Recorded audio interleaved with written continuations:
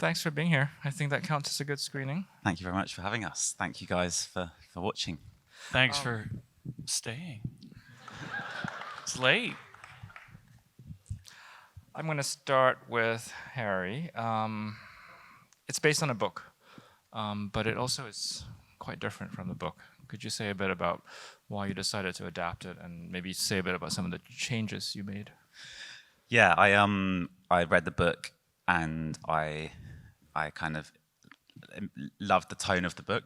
There's a first-person narrator, and the narration kind of approaches these events which could be perceived as sort of traumatic or borderline abusive with a like real rose-tinted optimism. I thought that was a very like interesting tone to try and carry across into film. But then I think I had the sort of maybe like the first film thing of wanting it to be totally my own thing. So I then took the book and kind of like bastardized it, and so initially I moved the setting to ancient Rome, and that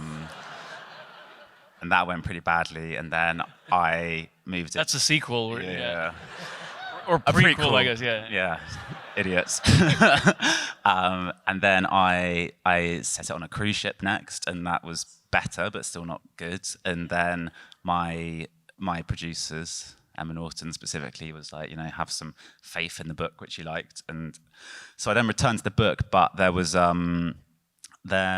something about the time period specifically. It was set in the 70s that I felt kind of made it less original as a piece because of cinema which has come before, and there was something which it closed down questions about Ray, because if the story's set in the 70s, then I think the kind of enigmatic quality of Ray, where he resists all personal history, is quite easily answered by like the kind of social legal pressures to be discreet in that era. So I wanted to move it to the present, so that when people said, "Oh, why is Ray so mysterious?" there wasn't an easy answer. And then, yeah, I mean, I'm going to spoil the book for you guys, but like Ray, the book goes on they have a 7-year relationship, and then Ray dies in a freak bike accident, and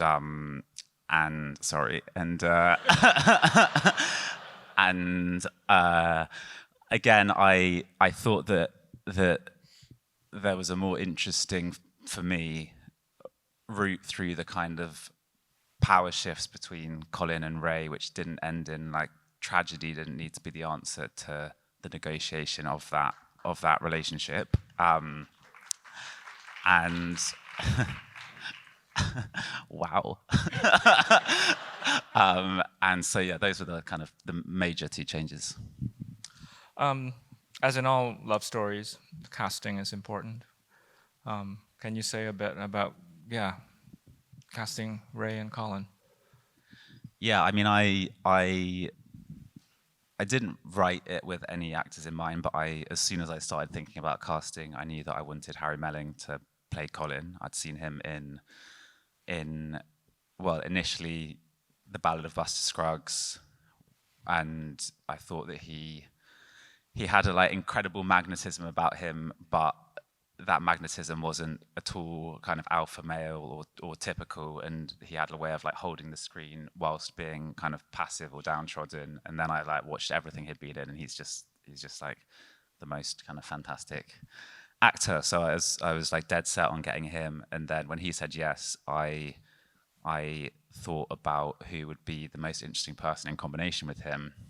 And on one level, it was fun to think of sort of putting a kind of guy with dark hair, and I mean, I was going to say a short guy. He's not that short, but next to a tall blonde guy.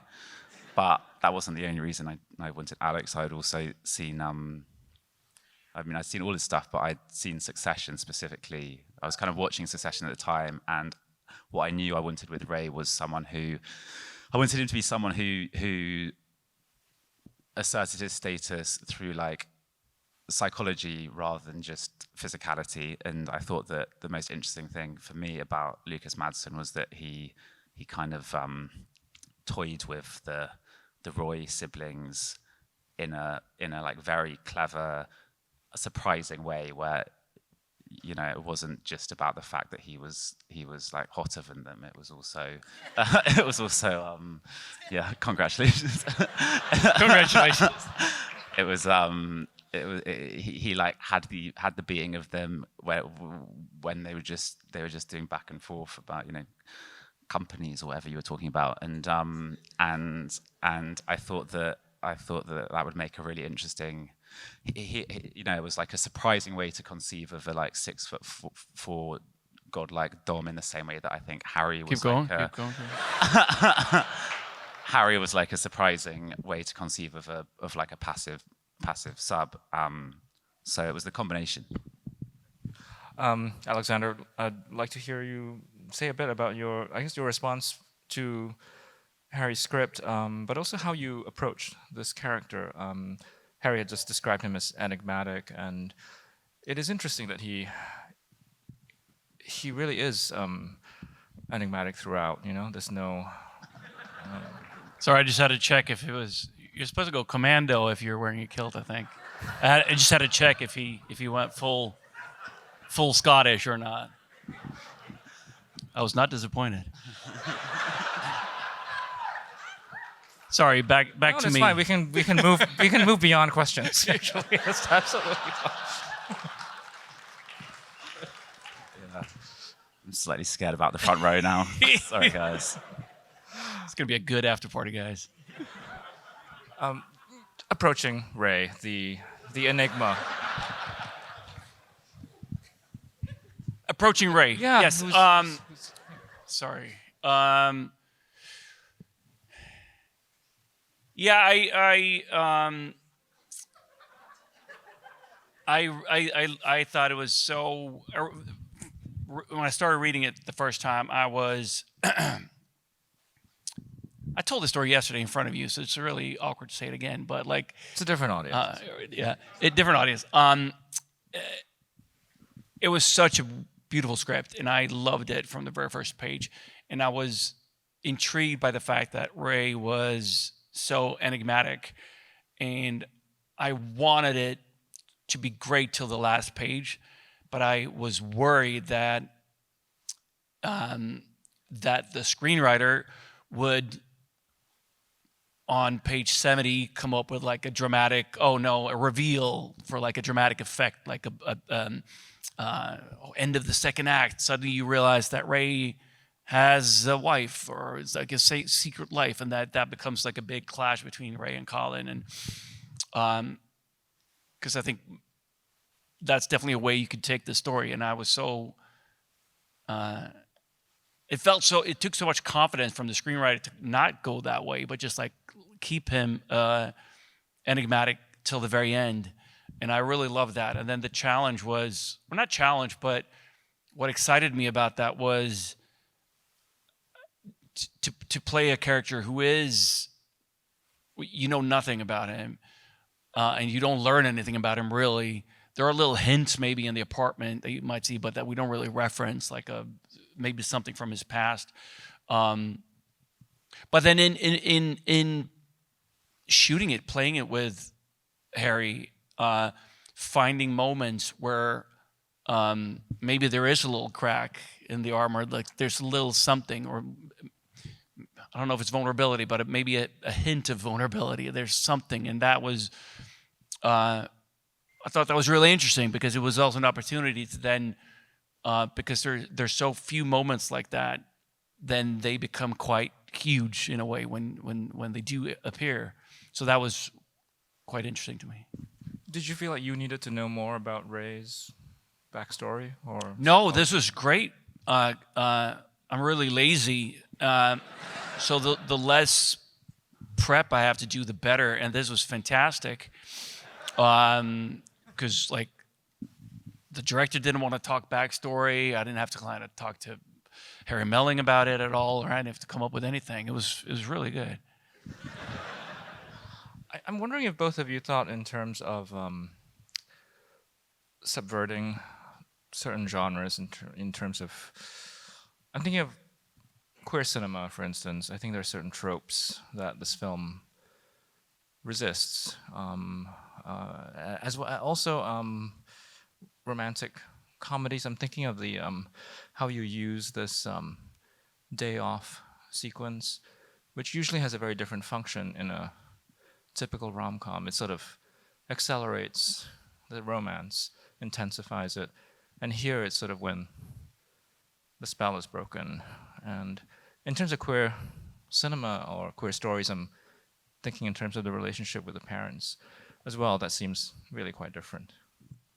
Yeah, I think that that I thought, I guess the like prevalent kind of arc when parents and queerness come into contact in cinema tends to be from a point of like rejection to a point of acceptance, and the journey is towards the acceptance. And I like the idea that we begin with kind of demonstratively accepting parents who are like pushing Colin towards romance or love or a boyfriend in spite of his kind of passivity, and then as he discovers a version of romance or desire which doesn't kind of map onto their version of it or their version of it for him, then the tension comes. So it sort of is the inverse, I guess, of the typical queer trope. And then in terms of rom-com tropes,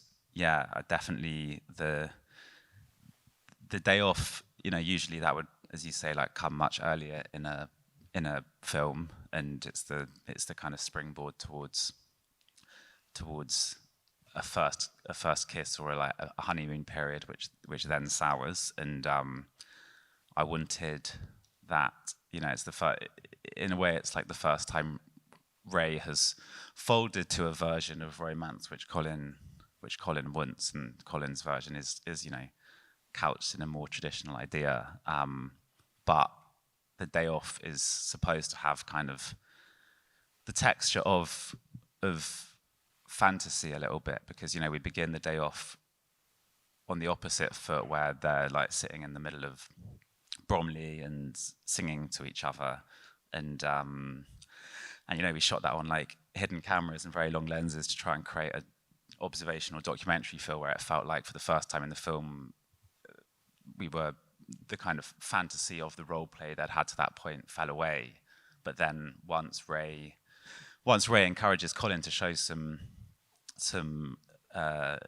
like agency, then a new fantasy builds. And so that sequence is supposed to get increasingly syrupy and kind of rose tinted to the point of the kiss. And yeah, I wanted to like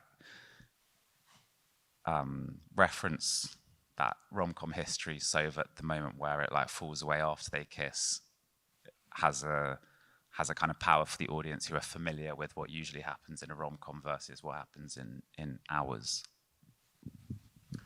Alex, curious about, from your point of view, your perspective on playing those scenes. Well, it was a lot of fun because it's Ray is in a way playing a character in a Richard Curtis comedy, a rom-com. And I thought it was a really interesting sequence because I felt that there was several ways to interpret it. Because it could have been maybe Ray's really enjoying it, and that moment after the kiss, he feels unguarded and vulnerable, and that's really scary, and that propels him into kind of just taking off because he lets his guard down. Or it could be seen as something quite sadistic in a way of like, I'm going to show you something and then I'm just going to take off. Or it could be almost an act of generosity of showing Colin that this rom-com montage is what you want. Maybe not every day of the week, but once a month or once a week. And the best way for you to move on is for me to show you that. Like, I'm not the guy for you because I'm all day, every day. subdom. I don't want these breaks. So, and I thought so. That's why it was really fun to shoot that sequence, because I mean, going into it, there were so many different ways to kind of interpret it, and I try to to leave it a bit open ended that way as well, to kind of so it could be interpreted in different ways. You mentioned Harry being struck by the tone of the book. Is it similar to the tone of the film?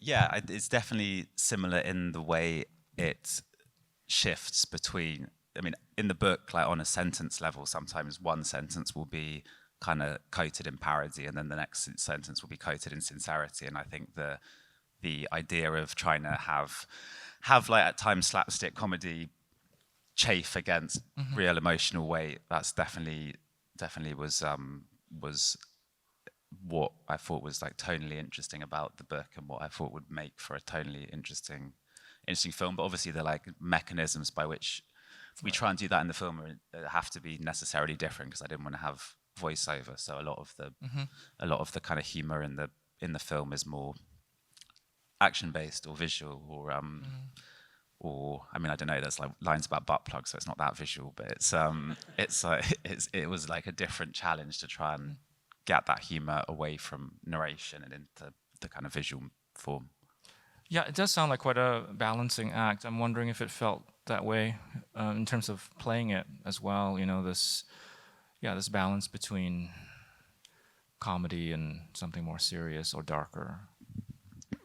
Well, it was probably one of the reasons I was so drawn to the project, because it felt like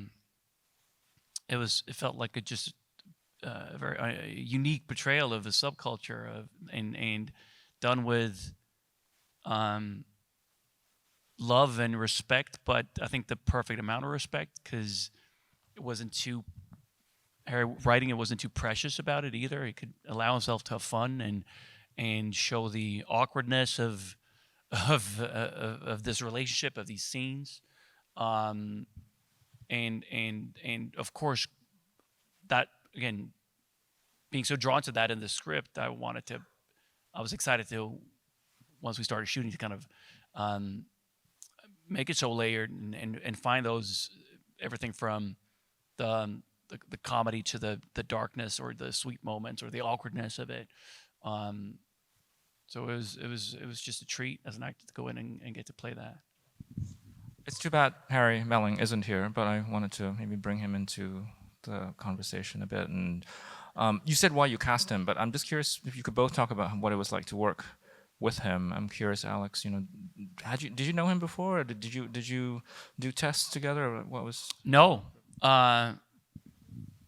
Again, speaking of very little prep, we didn't talk, we didn't text, we didn't do anything. We met on Saturday, and we were supposed to start shooting Monday, and we met to rehearse the wrestling scene. So we shook hands, and then we got busy. So that's how we got to know each other. Right? Yeah. It seems appropriate. Yeah. It felt very inappropriate, but in a delicious way.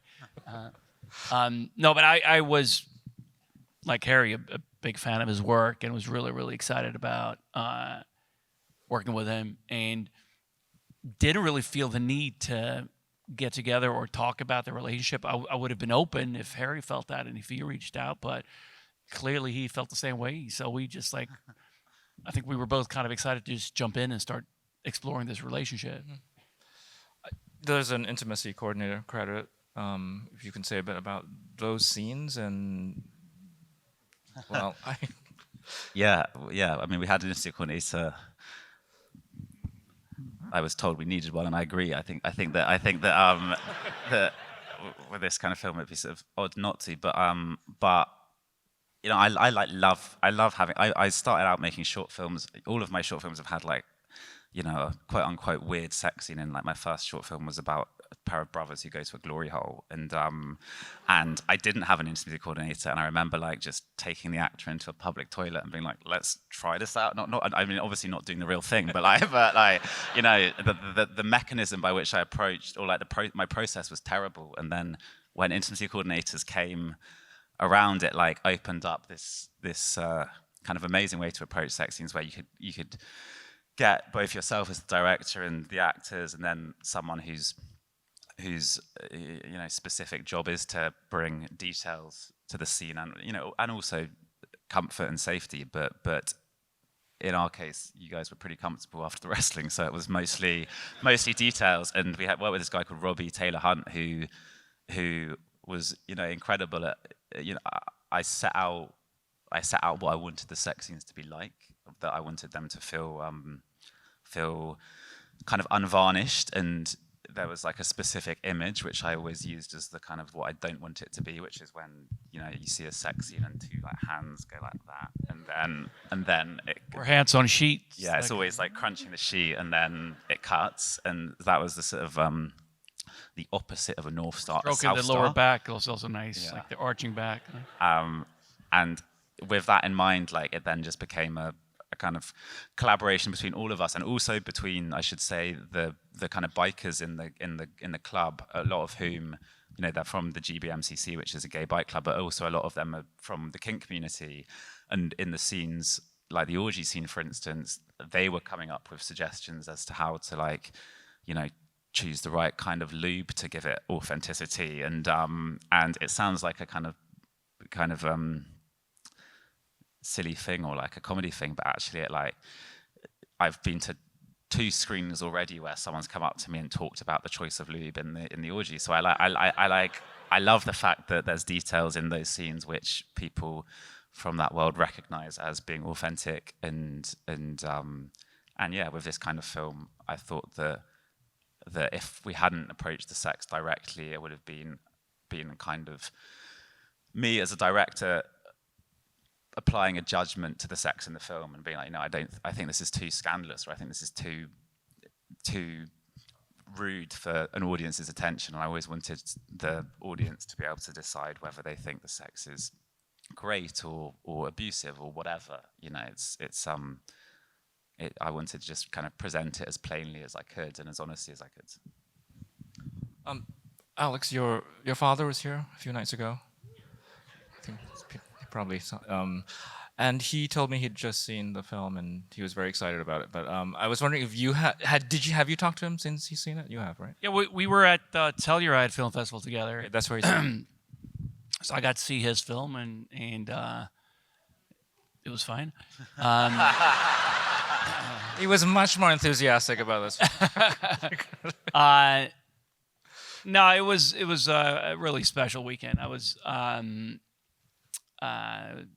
very moved by his film and his performance in it, and also moved by him coming to this film and his reaction to it.